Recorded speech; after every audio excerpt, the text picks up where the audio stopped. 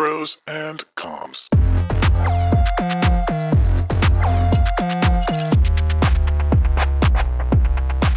Welcome to Prose and Comms, Engagement Unplugged. I'm Bryan Rowley.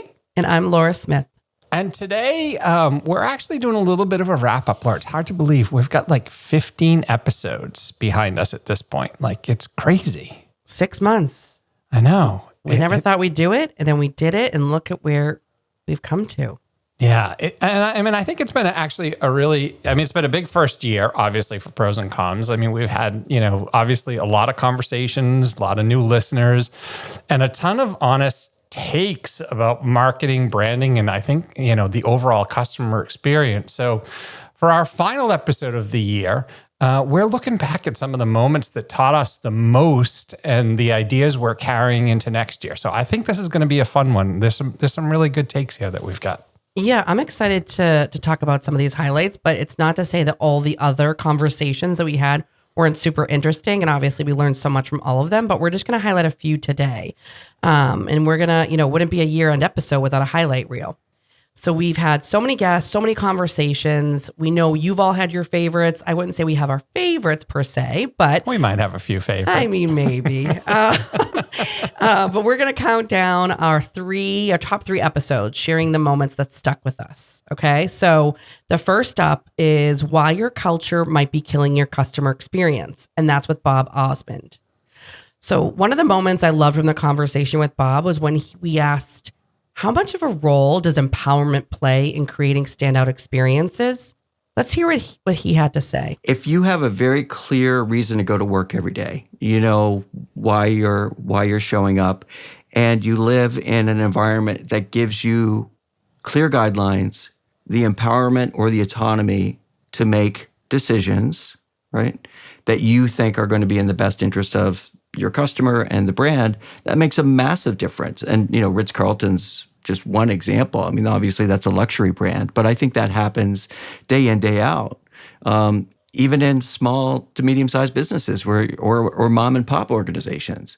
It's the people who embrace the idea that the customer is the economic engine for the enterprise.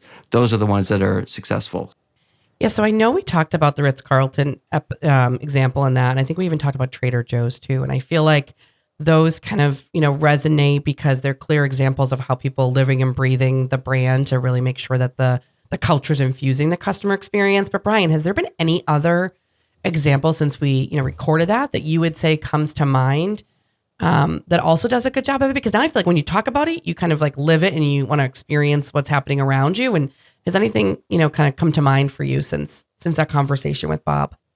Well, I think it brought light to the fact that, and there's two parts to it. One thing that Bob called out on that episode, which was really kind of interesting, was that whole concept actually is also a responsibility of leadership because it has to start there, and it has to be one that's actually moved through the organization. And I think there's other companies that do a really good job. We've seen it a couple of times. And we've mentioned it. Disney is another one, right? Like you can see their CEO walking around the park and picking up things that aren't right? I mean, Eisner always gets caught in those moments where he's like interacting with guests and having those conversations to make sure that the experience, no matter who you are within the organization, right, are important. And then I think that's what was so cool about the Ritz-Carlton example was, no matter who you run into there, the minute you walk through that door, they know you by name, and they know you by name until the time that you leave.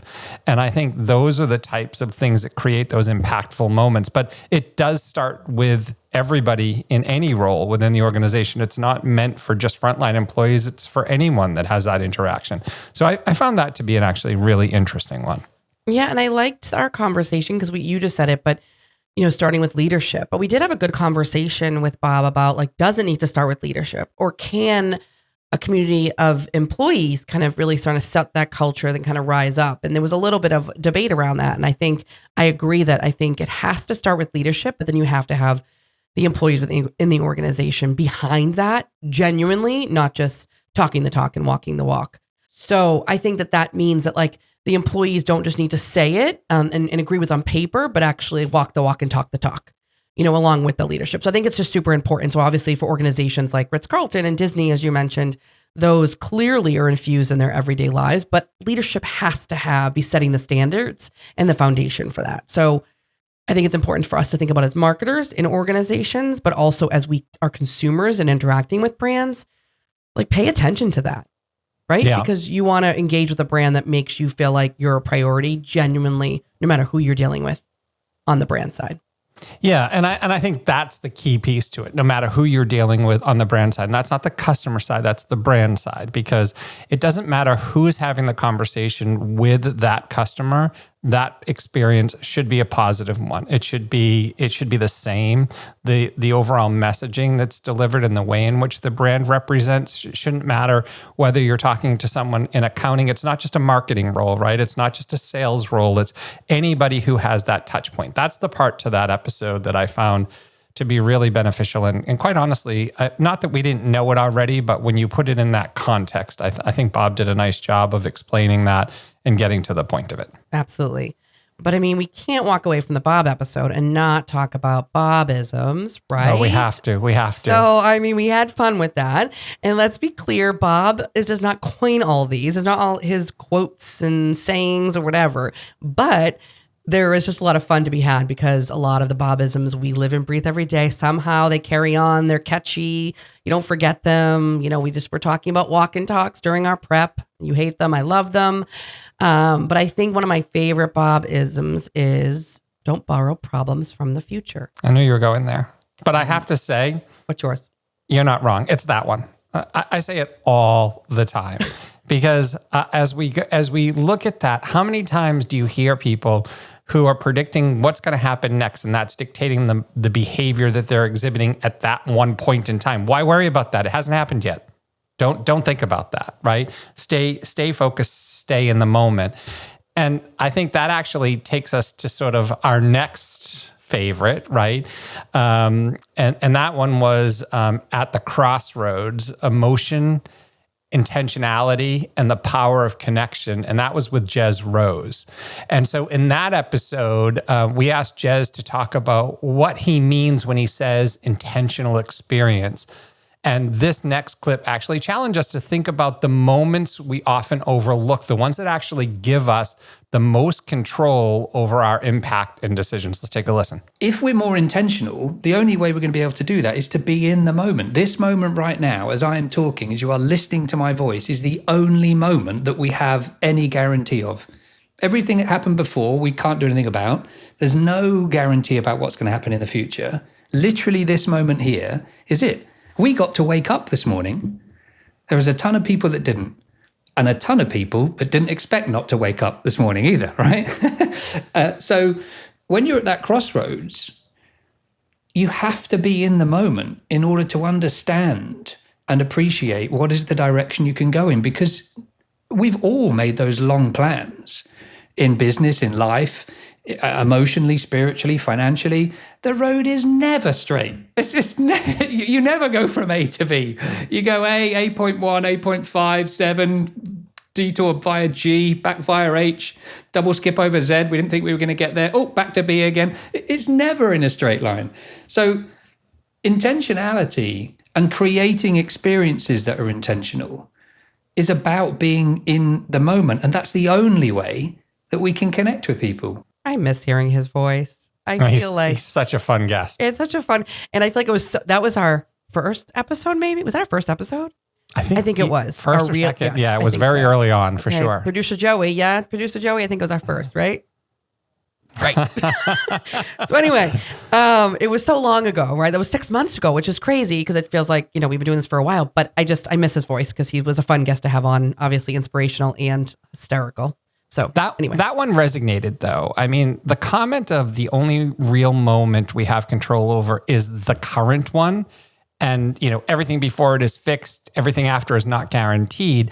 I mean, if, at first when we were talking about this, it's like, okay, how does that translate into sort of that customer experience as an overall? And I think what we learn from that is, customer behavior is not necessarily linear, and sort of the buying journeys associated with that are really unpredictable. So you have to stay in the moment because those strategies shift and there are signals that customers give that we can't forecast. So if you're not present, understanding and taking advantage of the opportunity at that given time, you're going to miss opportunities moving forward. That's the part for me that I thought was really good. And Jez does such a great job all the time of pulling those sort of concepts to light. Yeah, because I think there was like a life lesson as well as like a marketing, customer experience, customer engagement lesson. And that's what I loved about it. The parallels to your point, like it's first we're like, as we were talking to him, we're like, okay, where could this go? And then it was so obvious because it does come back to marketing. It's about connecting with people in the right time, understanding your audience, knowing what they may need and knowing when they were ready to engage. It's understanding what people's mindsets are at too, right? Because you don't know what's going on. You have to understand that you don't know what's going on. So to engage with people, it's part of human nature that this is a reality that we need to always be considering. So it was a very a deep, yet we had a lot of fun. We did. We always do. We have to bring him back for sure in 26. He's always a fun guest. If he agrees. He probably might. Okay. The last one we want to feature is has experience, quote unquote, become a buzzword. And that was with Bryan Meszaros. So this last moment we'll share basically it gets back to why we started the podcast.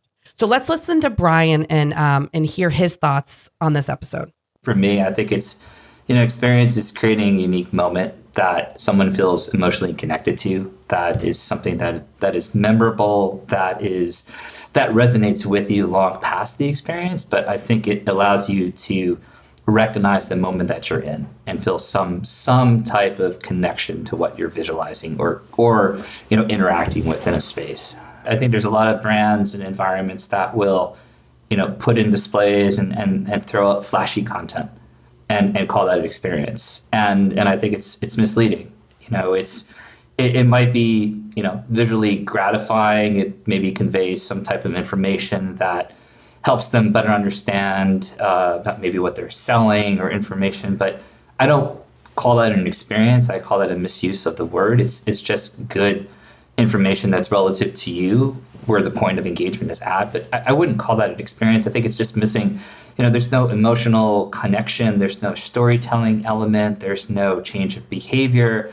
Just to put content on the screen, it's fine. I mean, it serves a purpose, but to call it experiential or call it an experience, I think it's just wrong. It's just wrong. Which I find, it's true. So many people use our experiences all the time, and just putting content up is not an experience. And I think he does dive into a bit of the experiential piece as we talk further, but it's right is in the storytelling concept of that too, right? Like we talked a lot about storytelling in one of our episodes as well, Bryan, about like the story, translating storytelling into story doing. And I think that's kind of like he was talking about that at the foundational level. Then we took it a step further later on as we dove into storytelling. But what he says is he creates experience, quote unquote, experiences all the time, but how we define those and how consumers engage with them are different, because it's not, every experience isn't the same. Yeah, and we have the actual pleasure of actually working with Bryan and the OpenEye Global team all the time, because they do a lot of the content for us. And the thing that's great about them is not only is he saying that, but that's what they live and breathe. That's what they do when they create content. And I think one of the things that's actually really interesting with that discussion is, a lot of people spend a ton of money, and it's very hard to do this and be able to predict this, but a lot of people spend a lot of time and money creating visual content that's attractive, right? And is, quote unquote, stimulating in some way. But the reality of it is it's the content that drives to the emotional side is the stuff that people remember. And if you think about it, we spend weeks planning narratives and messaging frameworks and logics and all that. But the real moment is actually the human moment, and that's always unpredictable. And so when you can capture that and you can develop something that can, trigger a reaction like that, in which his team does really, really well, I think that's what drives the difference between sort of just a digital display or content that's actually just, filling space versus one that's actually moving the needle for an organization. It's really, that team does such a fantastic job. I love working with them. Yeah, and I think the one thing that he said was, we talk about like the surprise. How does surprise play into an experience, right? It can't be expected. It has to be the unexpected. And how do you drive that emotion with somebody? And surprise, that surprise and delight, if you will, can do that.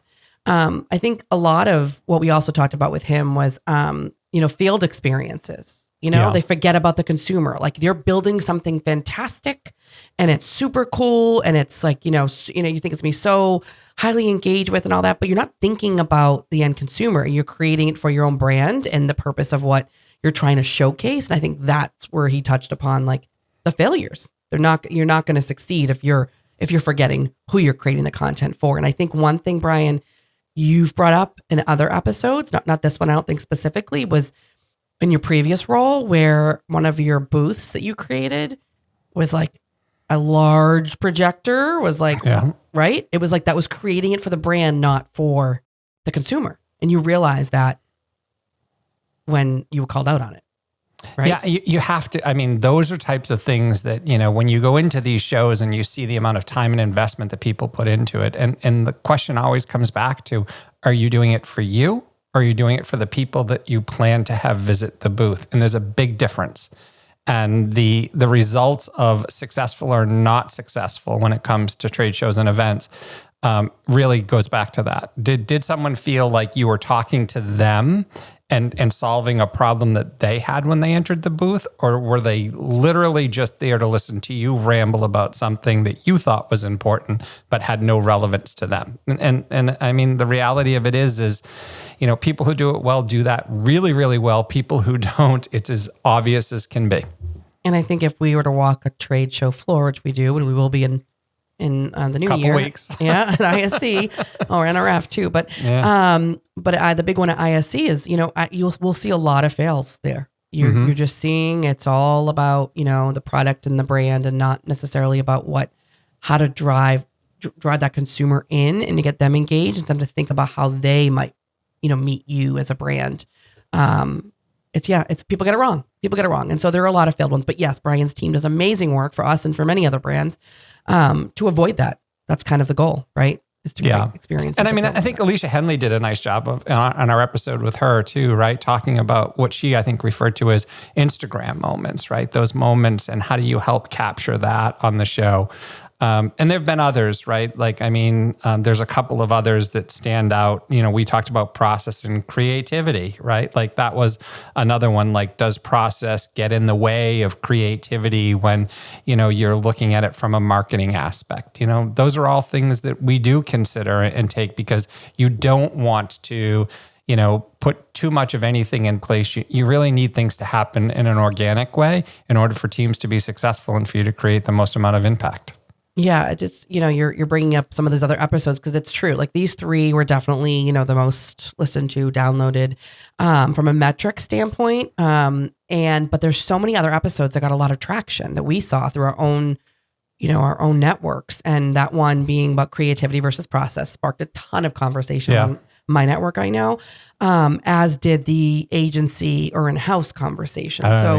You're right. Like, a lot of the marketing people in our networks, I mean, that just drove a ton of interest. A lot of people reached out to talk about it further because those are challenges people are facing every day in their day-to-day lives. And that's why we're here to have these conversations, because we as marketers know none of this is easy, right? We're having to make these decisions from budgets to staffing to creativity versus process to all these things. And I think what we've tried to do here and we'll continue to do is let's just have the conversation. Let's be honest about this and know that we may not solve the problem or solve everyone's problem, but at least we'll give perspectives on both sides. And that's our intention, for people to be able to think and maybe scratch their head a little bit about, am I doing it the right way?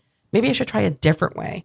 So again, it's not to say these three are the only three that had a ton of attention drawn to them. There were many others and we had a lot of fun doing them all. I think that's what kind of made this last 6 months a lot of fun.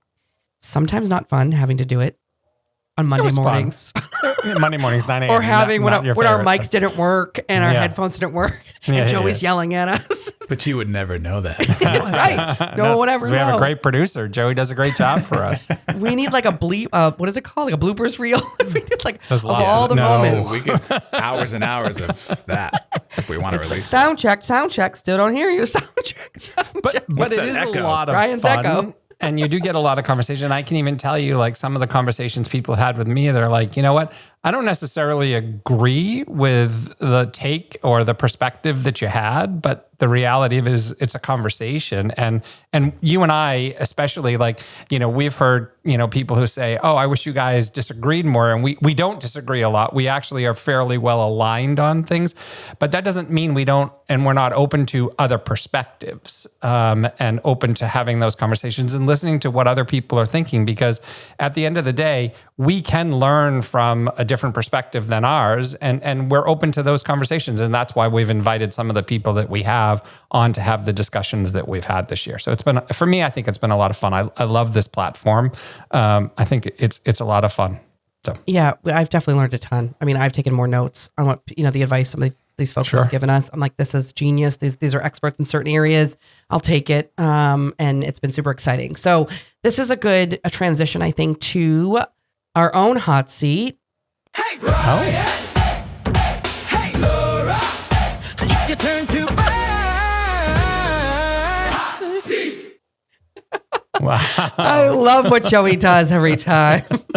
We never know. It's impressed, always a Joey. surprise. I'm They impressed. cut that from K-pop Demon Hunters. I'm not sure why, but I found it. So there you go. It feels a little K-pop Demon Hunters to me.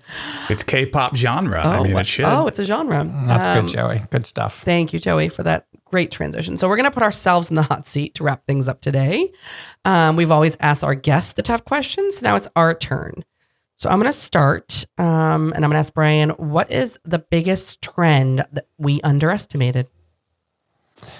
You know, I think one for me is, you know, AI didn't just sort of accelerate marketing. I think it actually rewired the entire concept of content creation and workflow, right?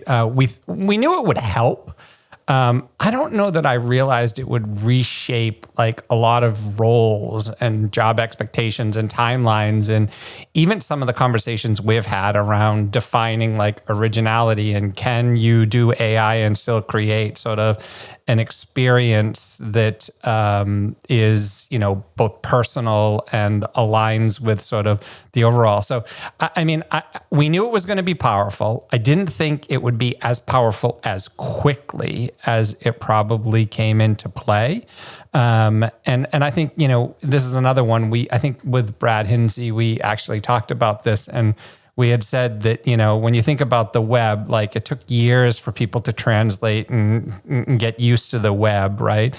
AI sort of was introduced last year, and now like everyone's like, are you using it? What are you using it for? How are you using it? What are you doing? Like, you know, I mean, it's all that pressure associated. So for me, that was one of the ones that I think we underestimated. How about yourself? Yeah, I would agree. I mean, I think that's probably a lot of people would say that same thing, right? Because I think it's just like, it took a turn. I think we live and breathe it through as marketers, but also in our organization from a technology standpoint. So I think it's literally in every conversation we have, whether it's a tool we're using or whether it's how we're enabling that through our technology. So I think it's, you know, in everything you read and see, of course, it's all AI. But I think, yeah, we put more of our, we pressure tested a lot more than I think we thought we were going to.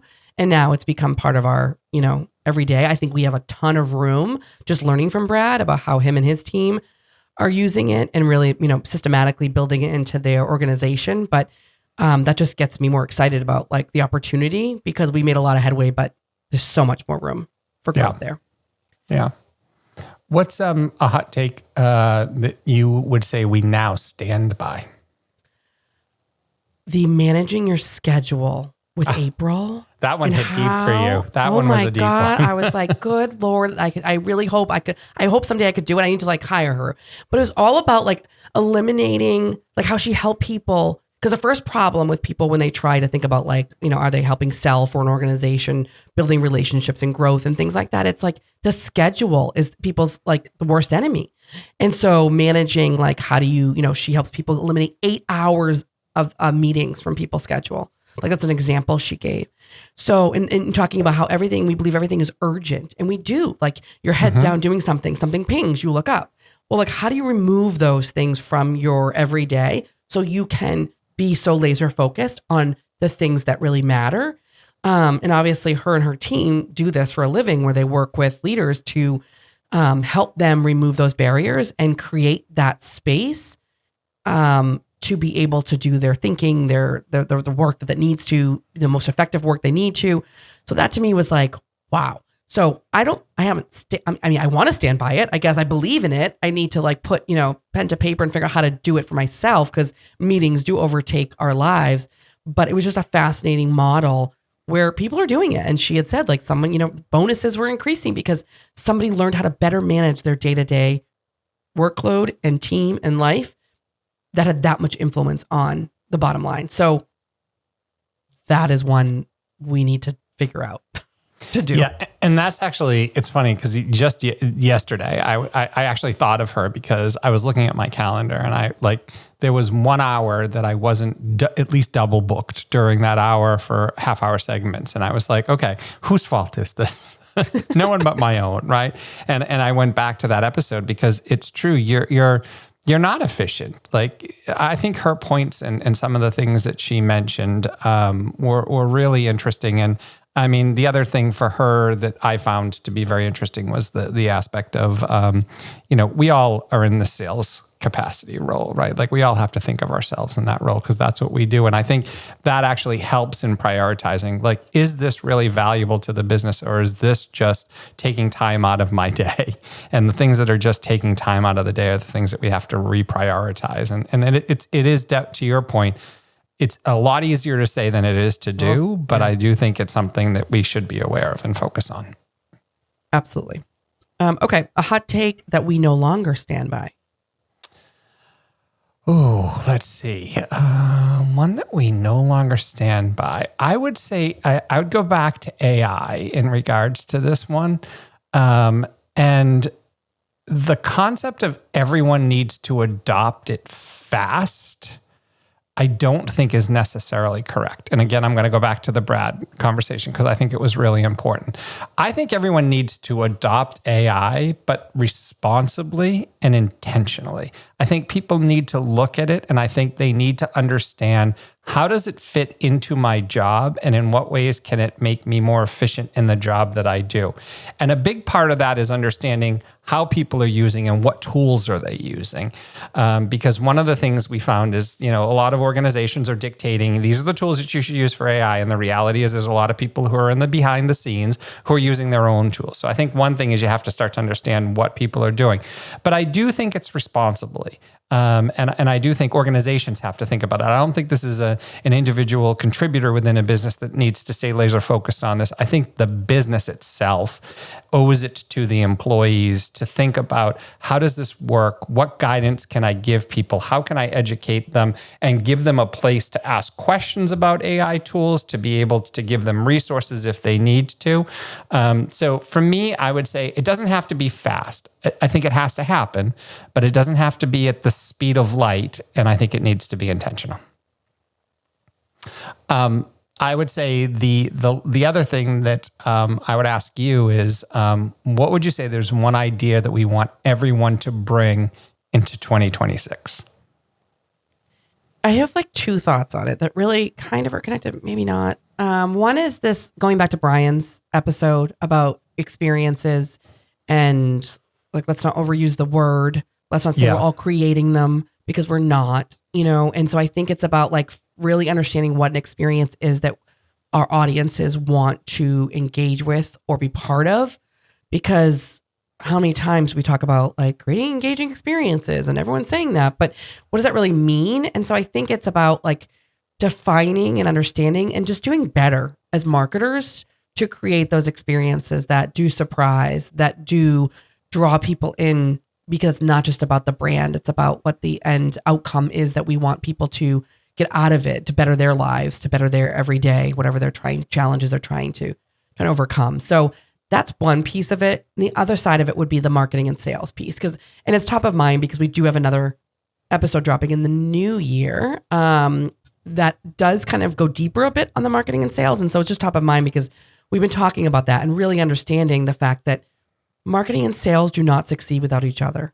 And they are two groups in an organization that really, really need each other to drive the business forward. So it's that more sophisticated or forward-thinking way of looking at marketing and sales organizations inside companies, and not the more antiquated way as where, marketing just supports sales with, sales enablement, for example. There's more to it, and understanding that we all play a role in the funnel, whatever that funnel looks like.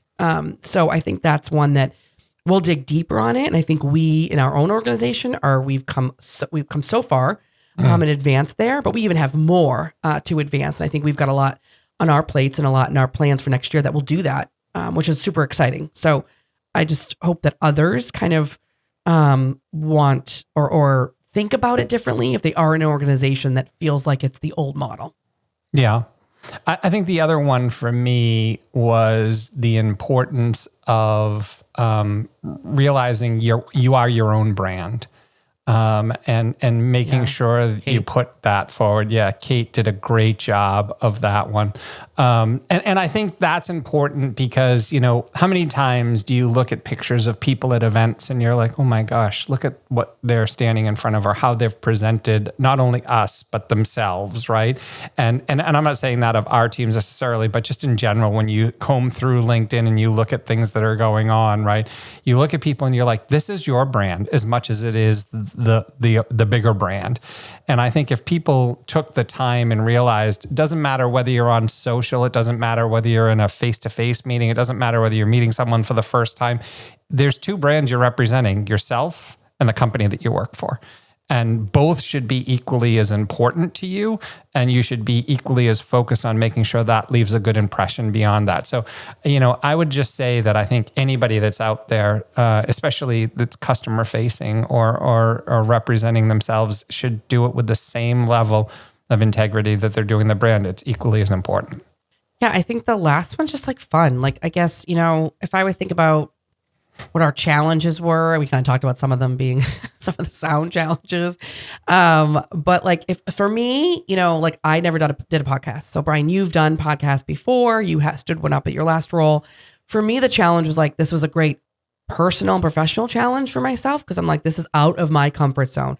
Everyone that knows me knows I love to talk, but I don't necessarily. Really? This was Joey. Did you know that Laura loves to talk? That's news to me. I had no idea. Me neither. I'm shocked. Well, we learn something every minute of every day. Not in Joey. this forum. So I'm like, oh my gosh, like I have to be ready to go. And it was just like, and people are listening to me, and not just the people around me, but like anyone could be listening to me. So that was like a whole, which was super exciting because who doesn't want a new professional and personal challenge in their lives? So that was super exciting. So I mean, there's definitely parts of it I love more than others, but I love it more than I don't. And I just love being out of my comfort zone sometimes. And I just love being able to learn new things. So doing the research to understand topics or doing the research to understand some of our guests and their backgrounds, like that outside of my everyday job, is just super exciting. So I feel like there weren't challenges. I think the overall setting up a podcast for me was the challenge. And I think we've overcome that. And now I really enjoy doing it. And I'm excited for thinking of it in new ways for 2026. To be honest, how do we take Prose and Comms to the next level and challenge ourselves further versus just kind of staying status quo?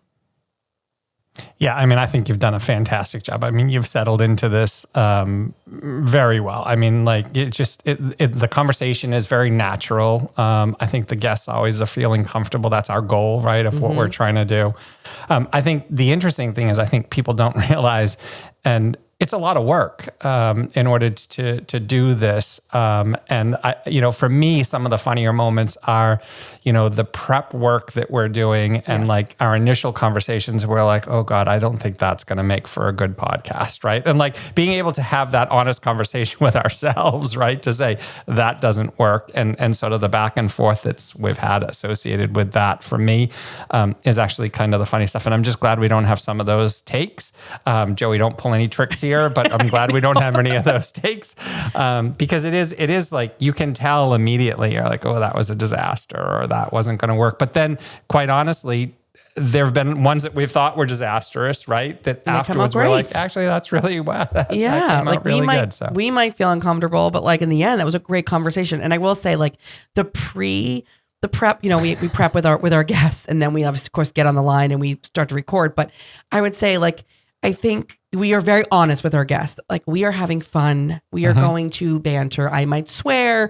There may be bleeping. Joey's going to throw in some random stuff here and there. We don't even know what's coming, but we're having fun, and it's okay to disagree. And it's okay to be heated. And all of our guests have been so willingly open to that, which has been awesome. But also, so many of them have said, you guys were a lot of fun. So I feel like that's a win, right? And we've had a lot of laughs, whether we just like scored big on the personality front with people, because I think about like our the Jez pre-recording was we could never have, that needs to be burned because we know him and we had a lot of fun and so much inappropriateness. And then we had them like a Kate.